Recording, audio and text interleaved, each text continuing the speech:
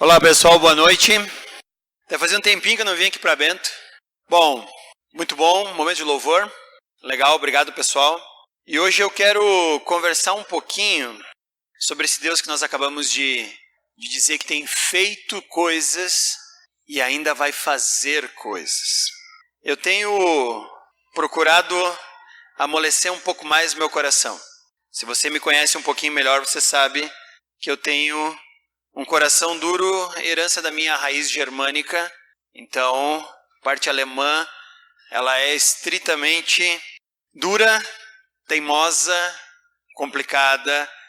Então, eu tenho muito pouco da parte italiana. A parte germânica foi a que funcionou mais. Então, você imagina que eu sou um pouco não muito emocional, não muito emotivo.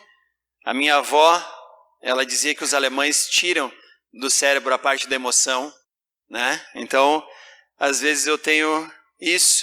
Para amolecer um pouco meu coração, me dediquei a estudar. Eu pensei que ia chegar até junho. Agora nós já estamos em setembro, eu estou chegando no final. Eu fui dar uma olhada no livro de Salmos. Porque Salmos, da Bíblia toda, ele é o livro onde pessoas com um coração mais emocional conseguem expressar Deus. O livro de Salmos ele é um livro único na Bíblia, porque todo livro da Bíblia ele é montado da parte em que Deus fala ao homem. Então, todo livro da Bíblia, você pega Gênesis, Êxodo, Levítico, Número, Deuteronômio, Josué, Juízes, todos os livros é Deus falando e o homem ouvindo a palavra de Deus.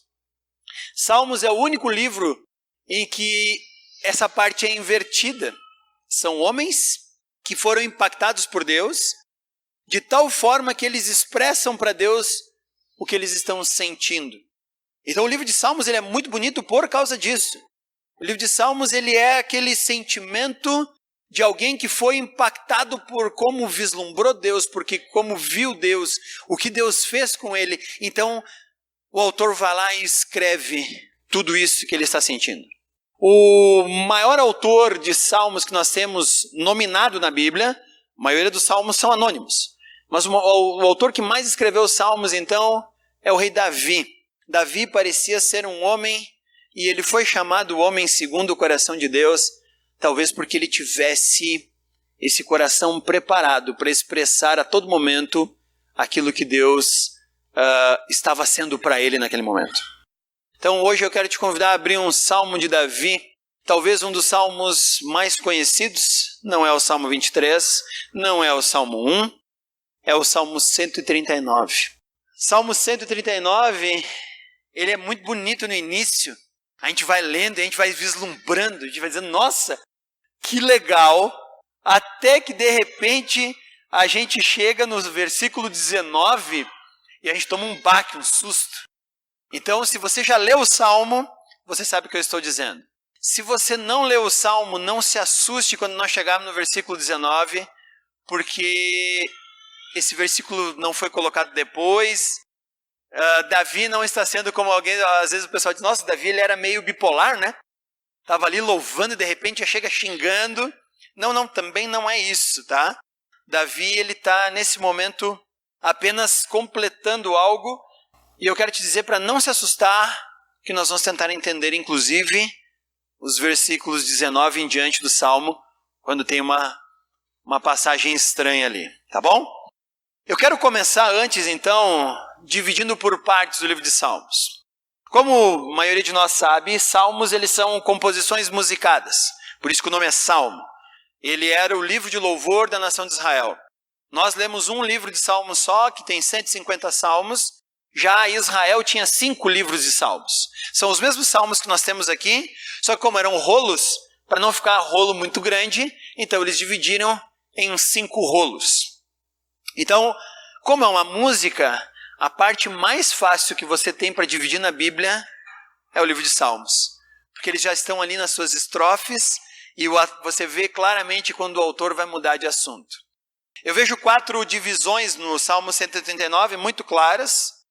Do versículo 1 ao versículo 6, onde ele está apresentando o Deus onisciente. Do versículo 7 ao versículo 12, onde ele está apresentando o Deus onipresente.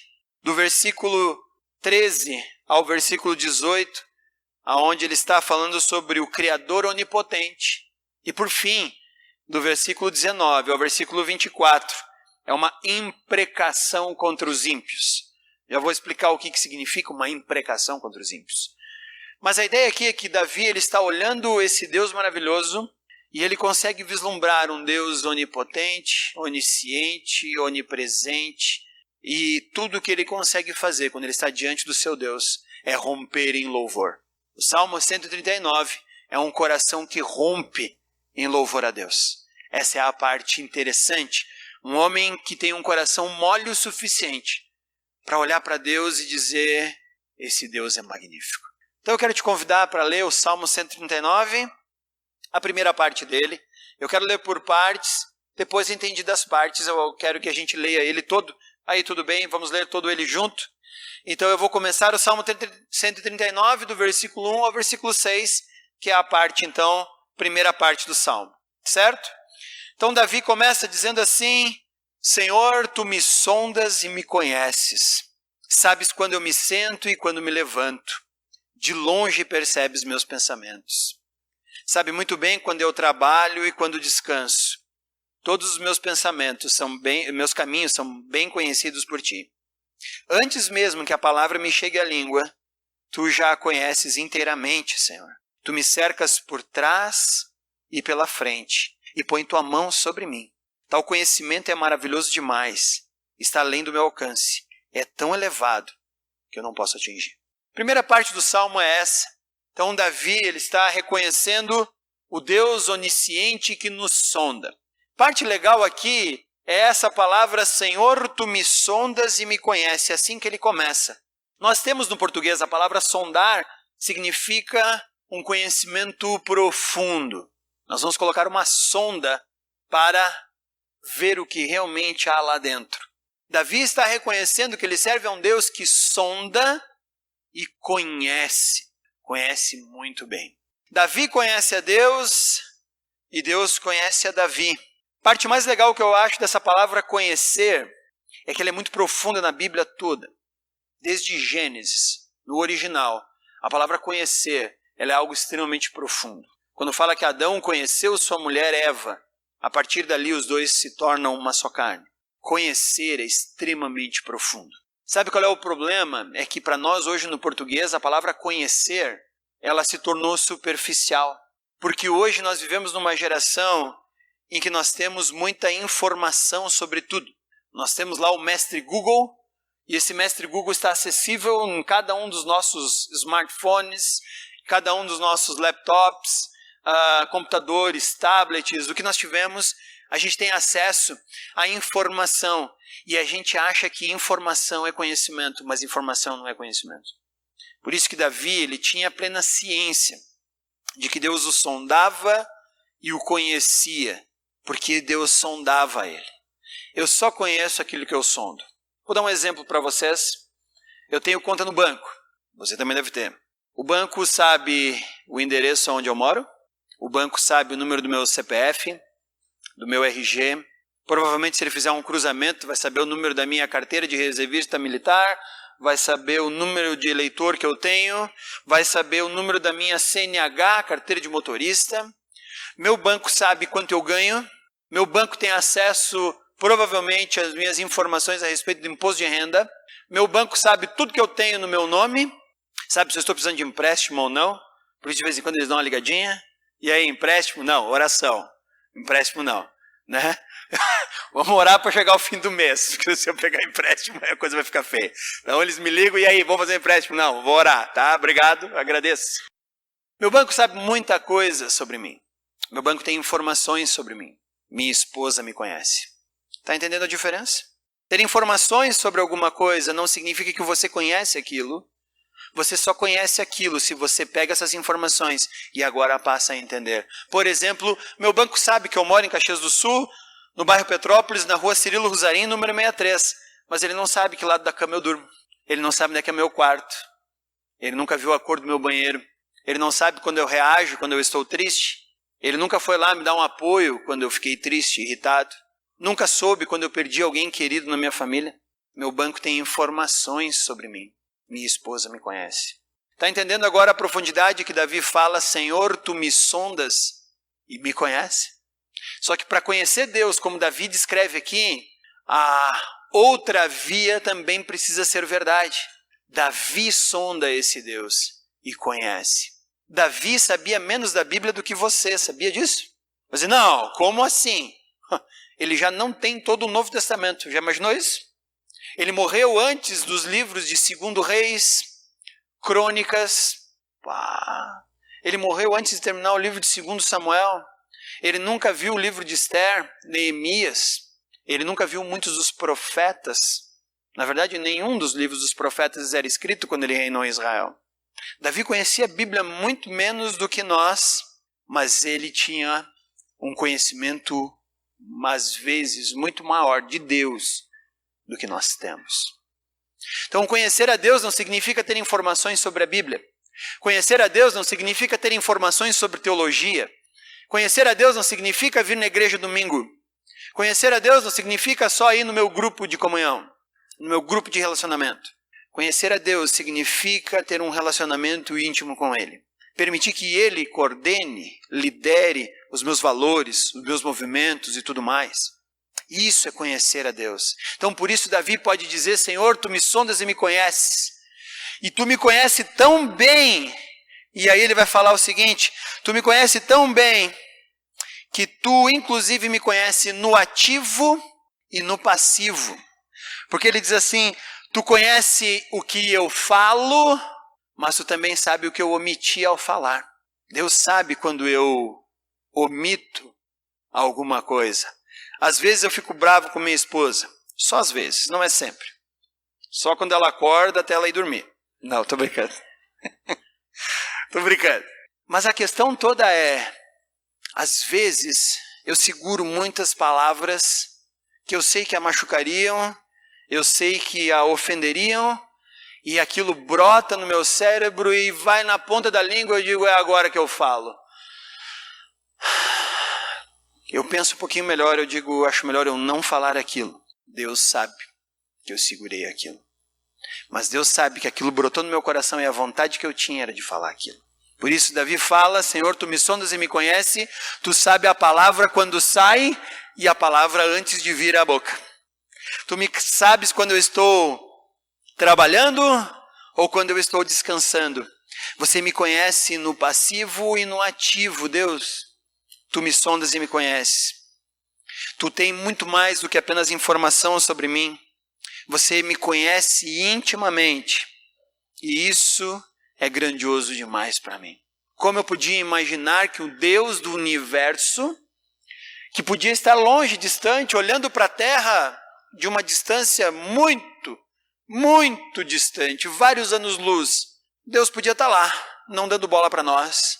Mas Davi percebe que aquele ser vem, nos sonda e nos conhece. Então, quando eu conheço bem a Deus, inclusive eu conheço a mim mesmo muito melhor. Quando eu entendo quem é Deus, eu conheço a mim mesmo, porque Davi mesmo está dizendo, Senhor, tu me conheces e me conheces muito. Primeira parte do Salmo, então, ele está simplesmente extasiado com o conhecimento que Deus tem dele, de tudo que Deus sabe sobre ele. Ele diz, Senhor, tal conhecimento é maravilhoso demais para mim. Agora vem a segunda parte do Salmo, então, onde ele começa no versículo 7 dizendo, para onde poderia eu escapar do teu espírito? Para onde poderia fugir da tua presença? Se eu subir aos céus, lá estás. Se eu fizer minha cama na sepultura, também lá estás. Se eu subir com as asas da alvorada e morar na extremidade do mar, mesmo ali tua mão direita me guiará e me susterá. Mesmo que eu diga que as trevas me encobrirão e que a luz se tornará noite ao meu redor, verei que nem as trevas são escuras para ti. A noite brilhará como o dia, pois para ti as trevas são luz. Essa segunda parte, eu vejo que Davi agora está falando sobre o Deus onipresente. Ele diz, Senhor, não só tu conheces todas as coisas, mas tu está em todos os lugares. Para onde poderia eu fugir de ti? Porque se eu quiser morar no céu, tu está lá. Se eu for para a sepultura, também lá tu estás. Agora lembra que para nós, vivemos no Brasil, o sol ele surge no mar, certo? E ele se põe na parte continental. Israel é diferente, por isso ele fala, se eu viesse com as asas da alvorada, ou seja, se eu pudesse vir da parte do continente e morar lá na extremidade do mar, aonde o sol se põe, ainda lá tu estarás. Puxa vida, Deus, eu não tenho como fugir de ti. Quando Davi escreveu isso, Jonas ainda não havia nascido. Se Jonas tivesse lido o Salmo 139, ele ia saber que não tinha como fugir de Deus nem pelo mar. Essa é a parte interessante. Tanto que uma das partes mais interessantes do livro de Jonas é quando ele diz assim, eu sirvo ao Deus que fez o mar. Os marinheiros perguntam, tá, e resolveu achar boa ideia fugir por ele, desse Deus pelo mar, né? Se Jonas tivesse lido esse salmo, quem sabe ele tivesse atentado para alguma coisa. Então, qual que é o espanto de Davi aqui? Não só que Deus me sonda, me conhece, não está longe lá no céu, Ele está presente em todos os lugares, Ele está conosco. Deus está todo momento junto da gente. E aí entender a onipresença de Deus é fundamental. Por que é fundamental? Porque eu não tenho como esconder nada de Deus, afinal de contas Ele está sempre ali. Quando o meu dedo vai no mouse para clicar para eu sonegar o meu imposto de renda, Ele está ali. Quando eu vou lá tentar tirar aquela meia nota, Ele está ali. Quando eu vou me esconder para fazer alguma coisa errada, Ele está ali. Deus não pode não habitar dentro da sua criação. Então entender a presença de Deus é fundamental para o meu próprio temor a Ele. Ao mesmo tempo, quando você está triste, quando você se sente abandonado, quando você se sente isolado, Deus está ali. Ele não está ali apenas para olhar o teu pecado e dizer, ahá, peguei você.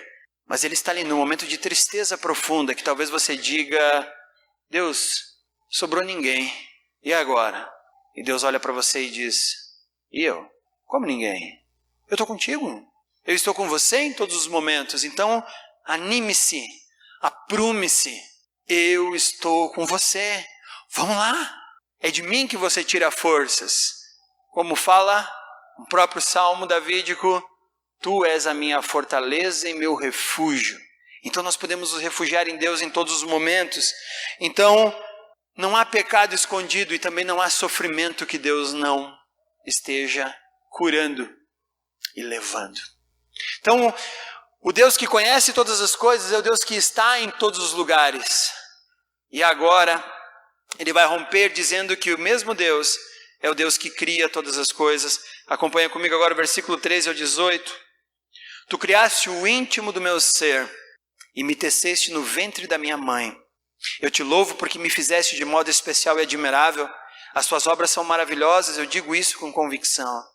Os meus ossos não estavam escondidos de ti, quando em secreto eu fui formado e entretecido como nas profundezas da terra.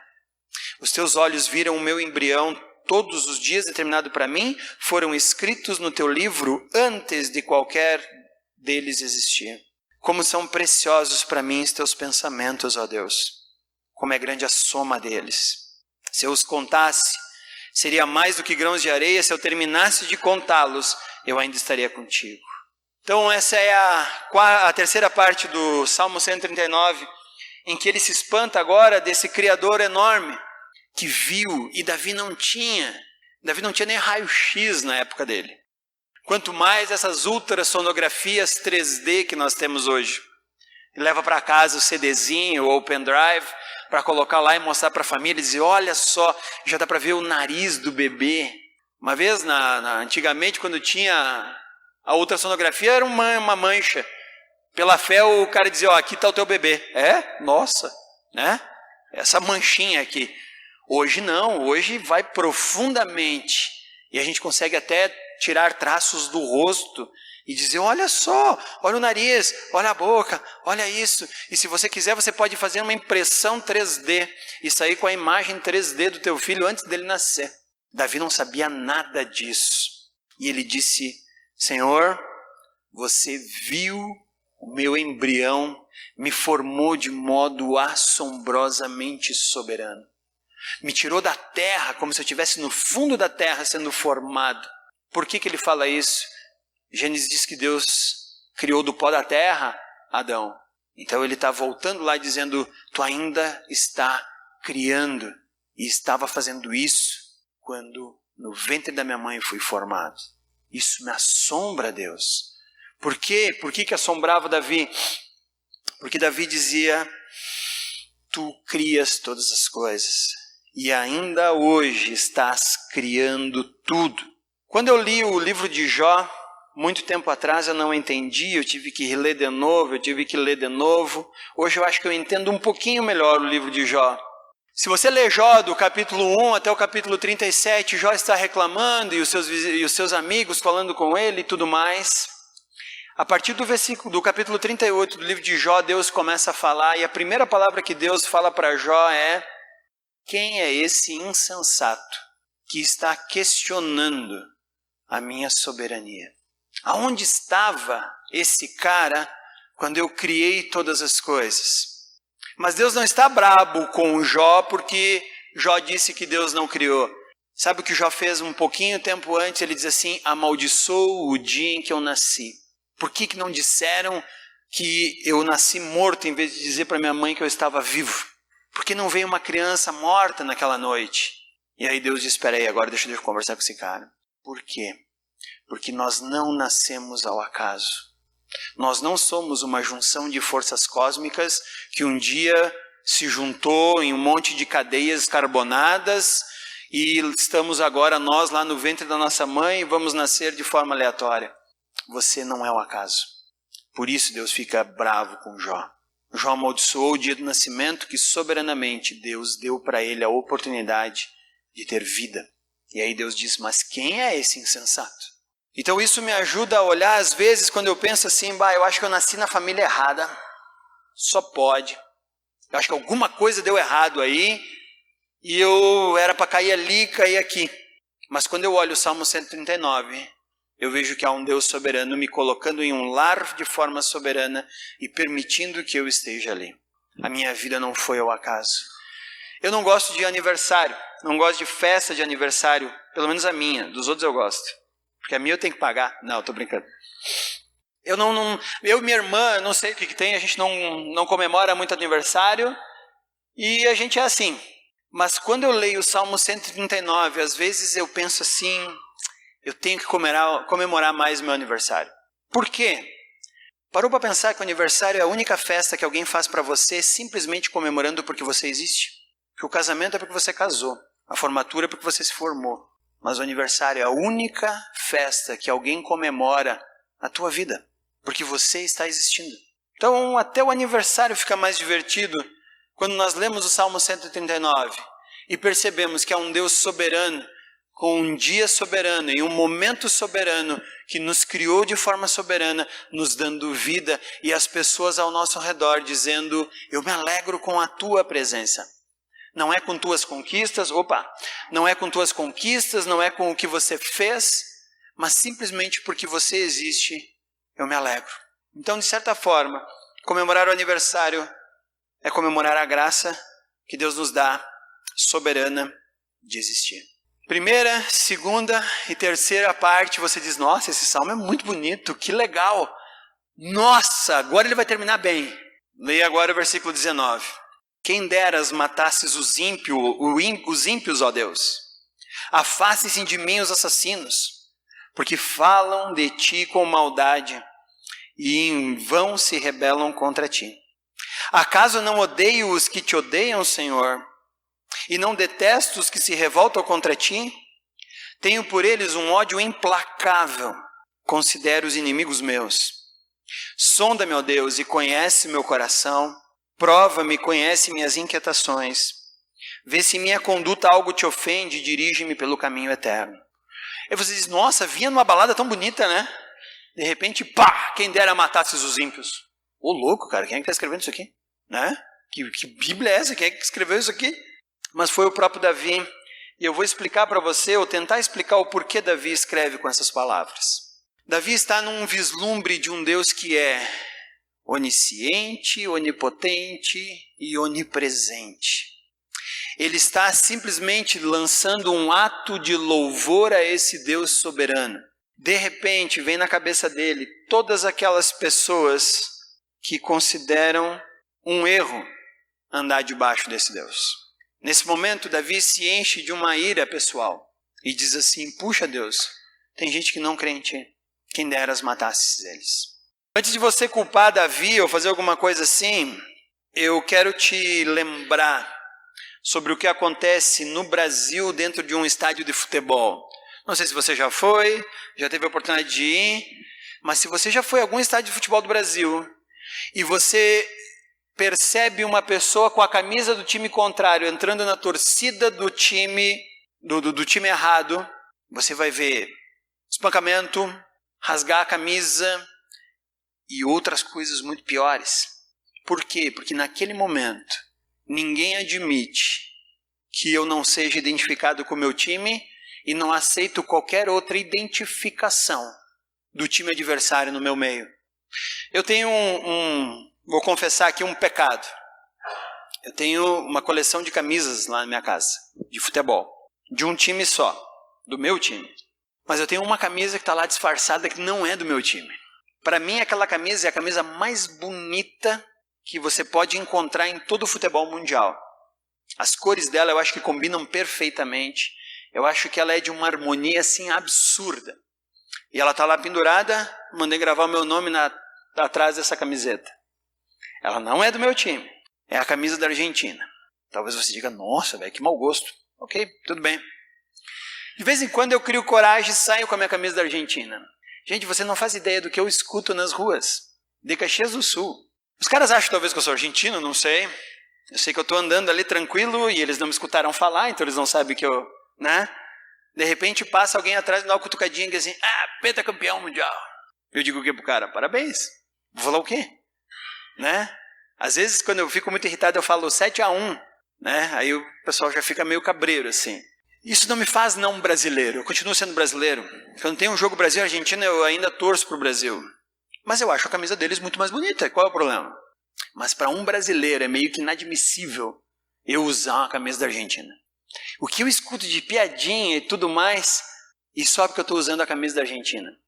Agora então você imagina qual foi o furor que tomou conta do coração de Davi, quando ele pensou em pessoas que estavam menosprezando, odiando e maldizendo o nome desse Deus onipresente, onisciente e onipotente.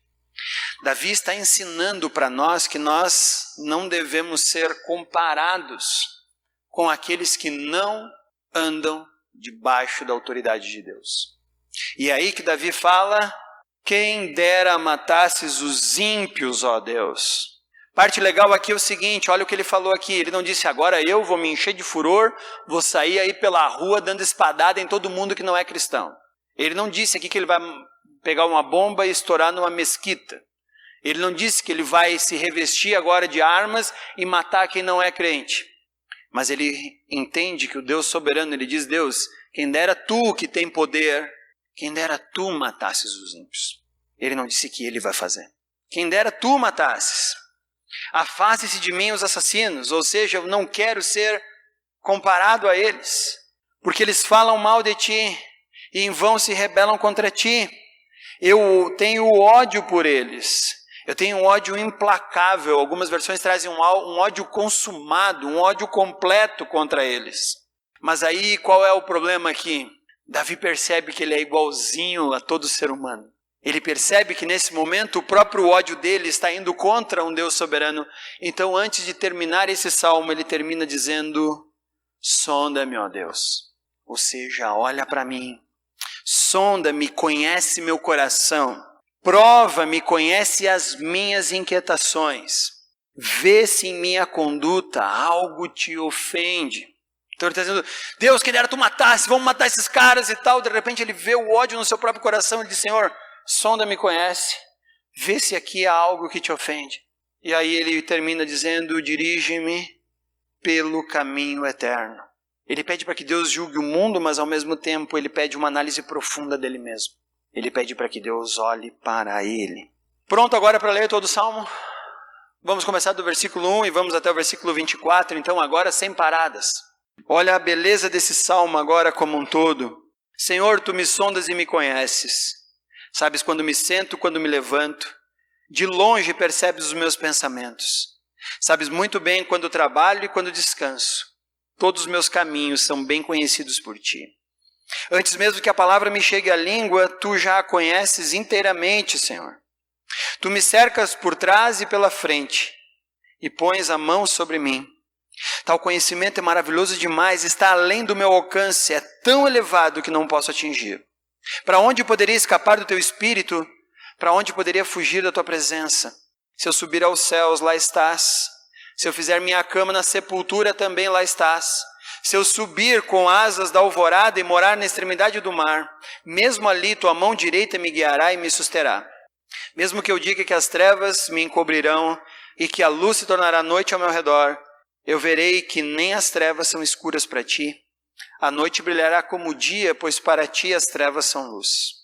Tu criaste o íntimo do meu ser e me teceste no ventre da minha mãe. Eu te louvo porque me fizeste de modo especial e admirável.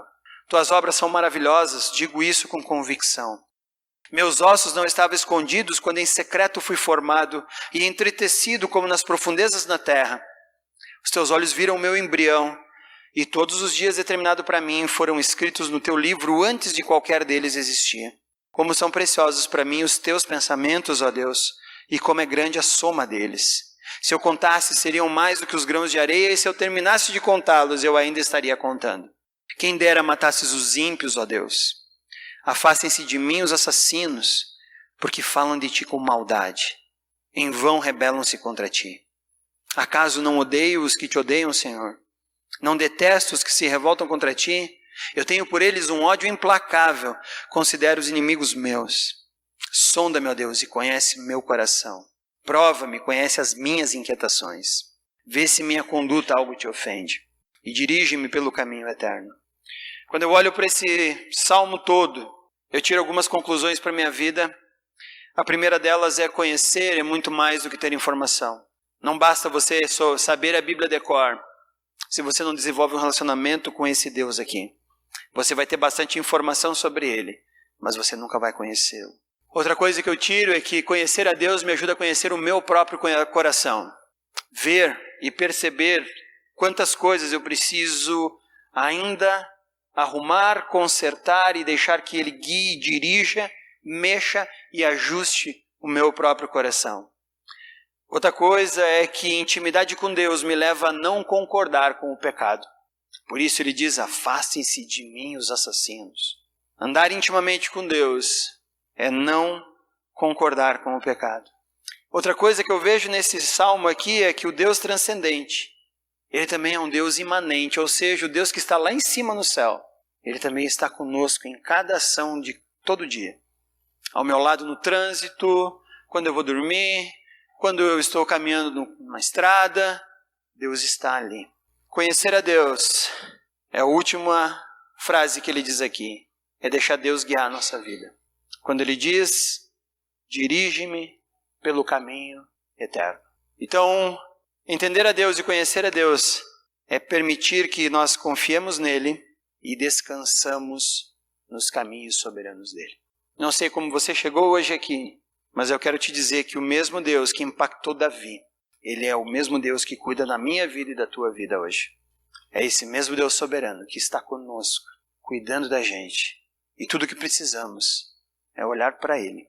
Isso não significa que as situações ruins e difíceis de nossa vida vão terminar, mas significa que Ele vai estar conosco, nos ajudando a passar por cada uma delas.